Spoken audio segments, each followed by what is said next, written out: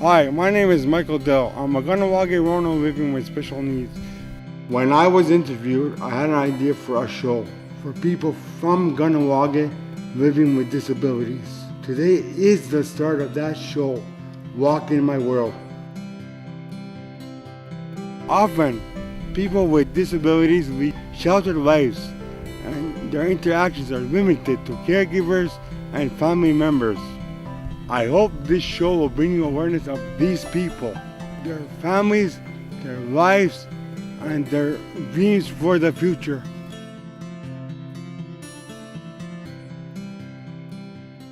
Welcome back to another episode of Walk in My World. Today I'm sitting here with the Executive Director of Community Services, Derek Mator. Welcome, Derek, and thank you for appearing on Walk in My World. Thank you very much for inviting me, Mike. And congratulations on becoming the Executive Director of Sagote Dagenhas Community Services.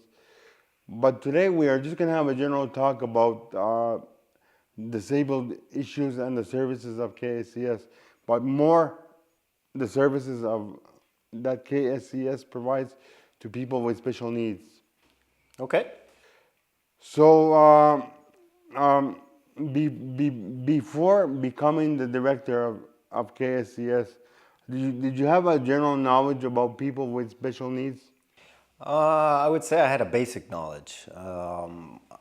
Prior to becoming the executive director, I was the manager of support services.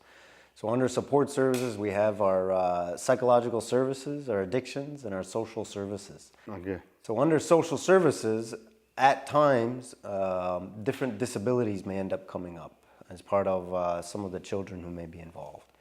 In addition, in my own personal family, I do have individuals with special needs as well. So I have some general knowledge. I think as taking over as executive director, as the manager, we did do collaboration work with the assisted living services.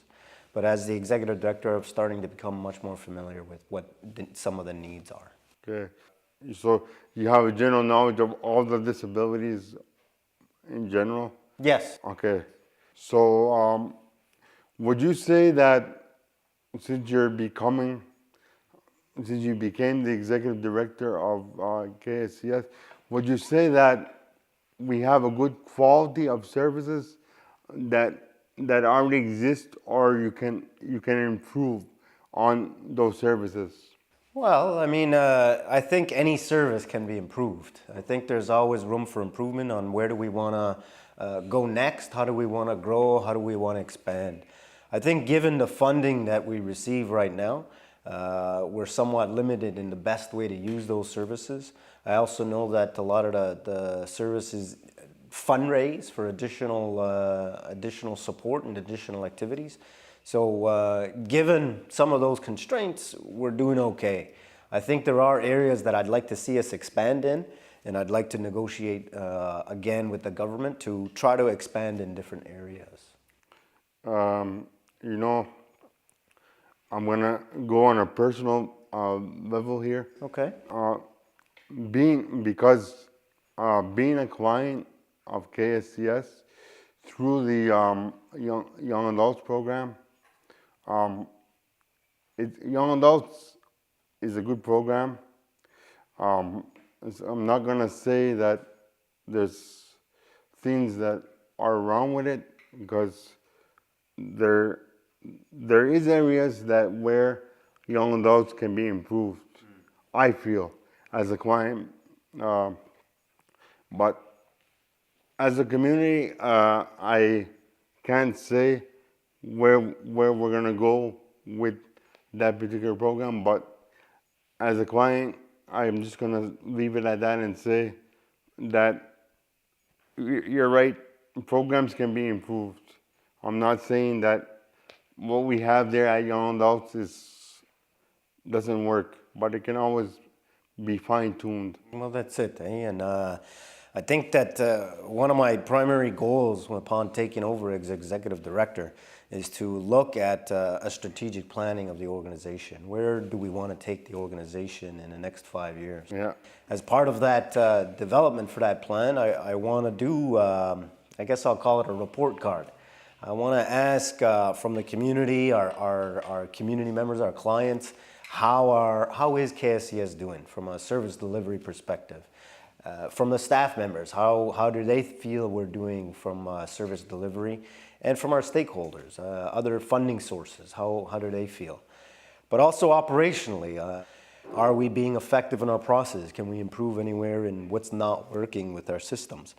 We have a large organization of approximately 180 staff members. Wow. Yeah, but it's in a lot of areas. We have to basically support all of the social issues throughout the entire community for all population groups from zero until somebody passes on to the sky world. Yeah. You know, so, it's and that's challenging. exactly challenging. So it's trying to meeting needs for all of these different population groups. Like, if somebody came tomorrow and said, um, my son or daughter is disabled, I just came from the hospital, and unfortunately, we're gonna have a new disability in my family, but I don't know how to handle it. Don't know how to handle it from a professional sense, from a doctor. But can KSCS assist him in whatever way that comes about? Do you feel? Well, I think that there are various services that can help introduce and what needs to be done. Okay. It's also helping to create links and networking with other areas.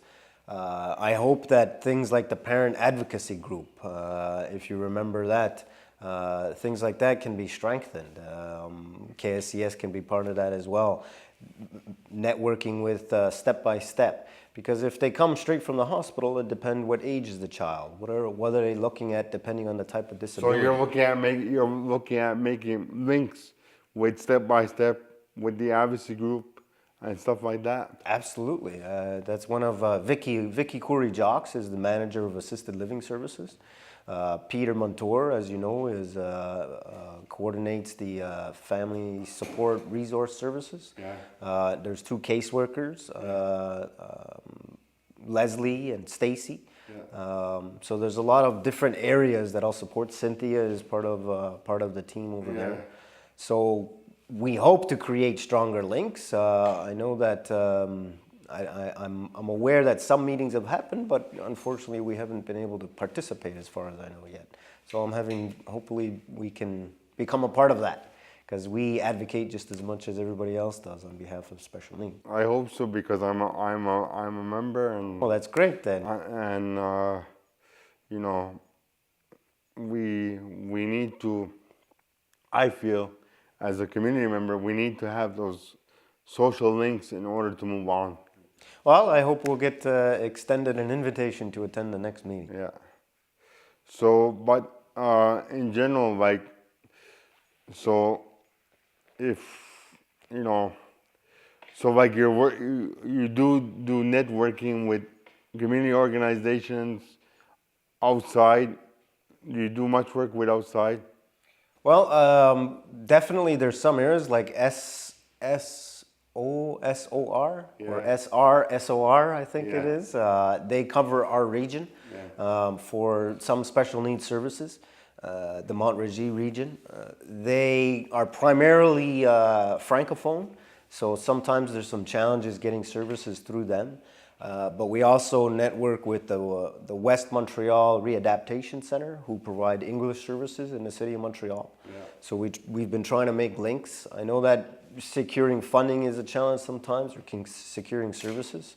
So all of those networking opportunities come into play, as well as whatever other resource we may have need to get access to, whether it be supplies or other things, or at least be able to direct the community members to them. I don't want to put you on the spot, but I feel I have to ask you. Yeah, Okay. I feel I have to ask you this question because, like, at that group, Which group? the parent advocacy group, Okay. we were talking before, and the needs are so high.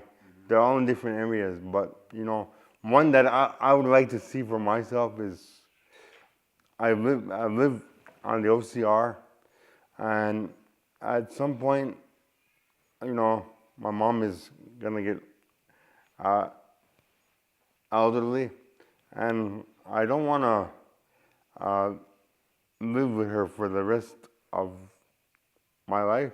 I'd like to see some kind of residence, something like the Elders Lodge or something like that, where we can be taken care of, but we're close to our family.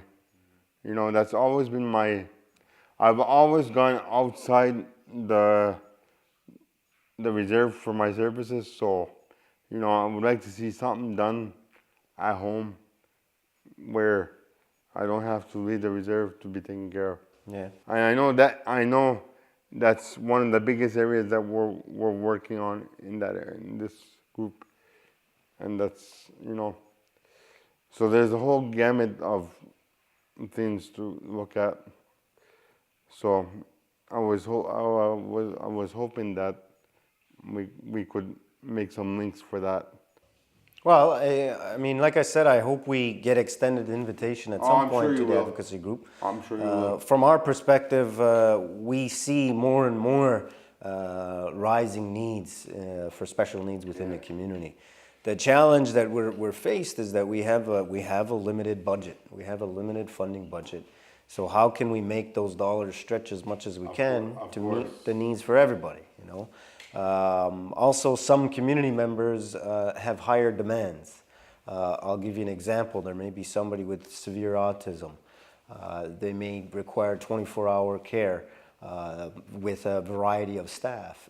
That may need to be placed until maybe we can negotiate something to have them come back to the community. Yeah.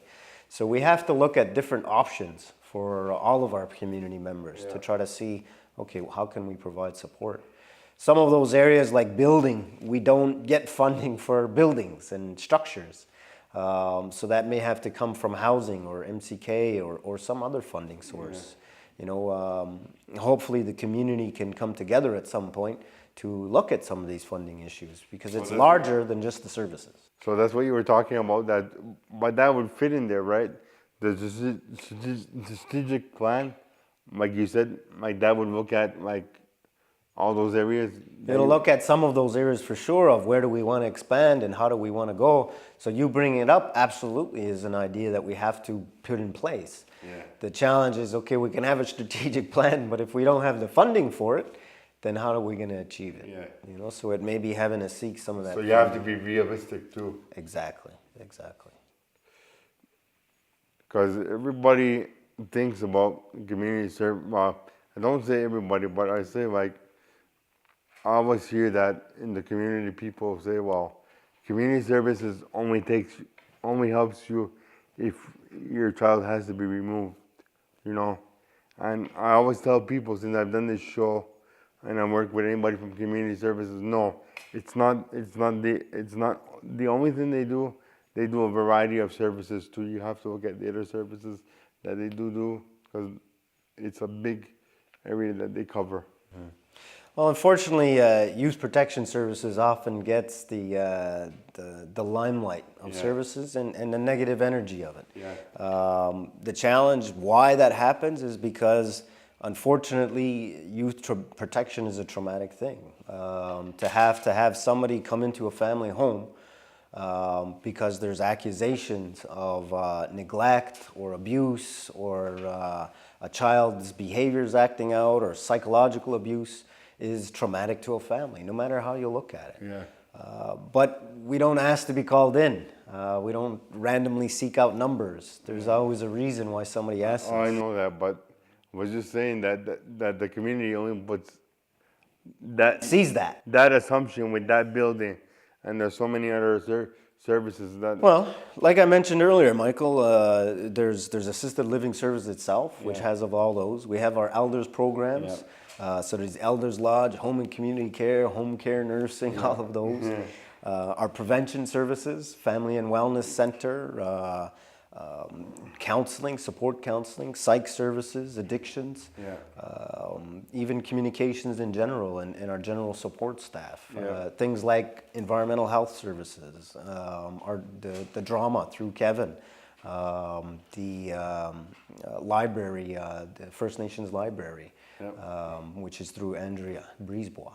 So there's access to a lot of different information. The problem is we want community members to be proactive Yeah. rather than reactive. Yeah. You know, so we need more members taking the initiative to create change. So do you think that that that strategic plan will be coming up soon, or that will be further down the road? Well, I hope within the next year or two, for sure, we can get it completed. My original goal was to have something ready for April. We actually want to go to a public tender, so we're going to be tendering it out of who the consultant would be. And then from there, we're going to do the report card and do some of the focus groups internal to the organization and probably externally. So hopefully we can get community participation in trying to develop an effective strategic plan for KSCS, and then we'll enact it. But Review it. it will include people with special needs. Absolutely, absolutely. You mean as part of the focus groups? Yeah. I'd like that to be. Hopefully people with special needs are willing to give their input. Well, I can only speak for me, but I know I will. Good. I'm glad to hear that, Michael. So until you achieve that, so what can you tell us in the short term?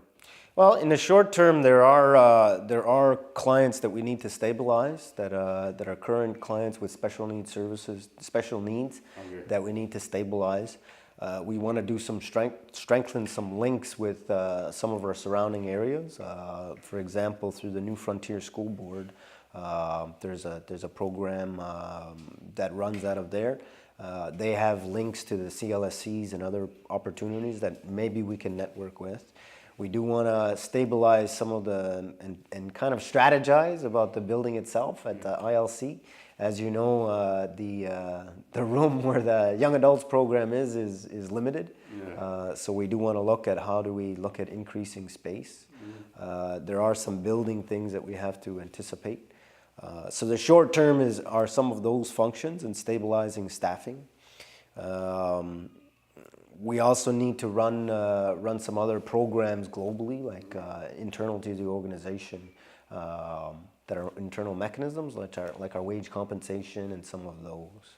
But from a community perspective, the big thing is trying to maintain the services that we have right now. There was some changes in some of the funding, but it's to maintain and find longer term secure funding. And my goal, ultimately, as I said at our all staff, is to create is to spark creativity again, you know, and how can we improve these services in the short way. Okay, so if anybody has any ideas, can they contact you, email you? I would suggest the best person is actually Vicky Coury-Jacques as the manager of assisted living services. For specific to assisted living services.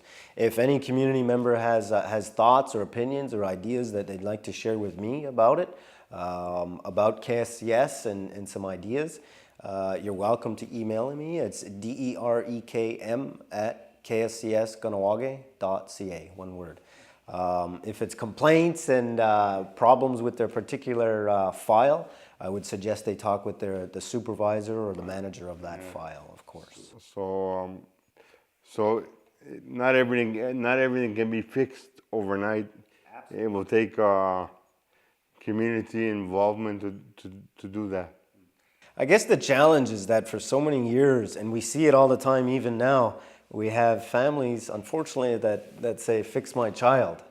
And then when they're fixed, bring them back to me. Because they have a special need? Because they have maybe not necessarily a special need, because almost most special need families, parents who have special needs are very involved. At some point, though, their challenges end up being they can't support anymore. They're not able to cope. They are overwhelmed with some of the needs. They're getting older, so their health may be failing, or they're not as physically strong to be able to manage things, and they need support. And that's what our role is, to try to support in those ways. Okay, well, I'm gonna tell you that uh, before Young Adults was there, there was not a program under KCS that had a program like that. So to me, it, like I said before, it's good, but it can always be improved. Absolutely. Yeah, And I hope that we can get some of the feedback to help improve it. yeah, because it's good to have a program in Ganawagi, but you know, for me, I always go outside community. So I'm always involved with the MAB Mackay in the summer to, so you see what their services are. Then you go back and you come back and you say, why can't we have that here? And I guess for me is the big challenge is I hope community members realize that it's difficult to criticize if you're not offering solutions. Yeah. Or ideas on how to make those changes. It's very challenging when you're faced with a whole variety of needs, and you have to unfortunately pick what needs can you support. Yeah. If the community support would come in place, then maybe we can do additional things. So that's my hope, is that give us your ideas, but also give us the support and give us the solutions. Help us come up with those. Okay, so anything that you want to add as we're coming to the end? I guess first of all, thank you for your congratulations on the position of executive director. I'm the third executive director that's ever been part of KSCS. It's exciting. It's at times a little overwhelming because there are a lot of needs within the community. But I've had a lot of support from many community members that believe we can take it to a new direction, that KSCS can truly become a good portion within the community with that perspective. We do a lot of good. I hope community doesn't just focus on the unfortunate things that are necessary sometimes in people's lives. The protection of children, the protection of special needs, limited budgets, our elder services, there's a lot of prevention services. The whole goal that we have is to encourage healthier lifestyles. So how can we help encourage a healthier lifestyle for special needs community members? We have to start from the bottom and work our way up. I agree. But I think that's part and parcel for always in Ganawagi. We have to start from the bottom and work our way up. And if it doesn't work, we have to start again. Sounds good, Michael. Yeah. Well, thank you for coming to appear on Walking My World. And good luck with your new job. I'm glad it's you and not me. Thank you, Michael. I truly appreciate it. Yeah. Well, we've come to the end of another episode of Walking My World. If you have any comments or questions, you can email me at mike.dell@paulcom.ca. Until next time, Ona. More than 14% of all Canadians have a disability. For Aboriginal First Nations people in Canada, there are 33% of people living with disabilities. People living with disabilities are subject to exclusion, poverty, and isolation. There are higher rates of depression, suicide, violence, and abuse for people with disabilities. We know that for Aboriginal people with disabilities in Canada, all of these rates and percentages are even higher. Statistics according to Independent Living Canada.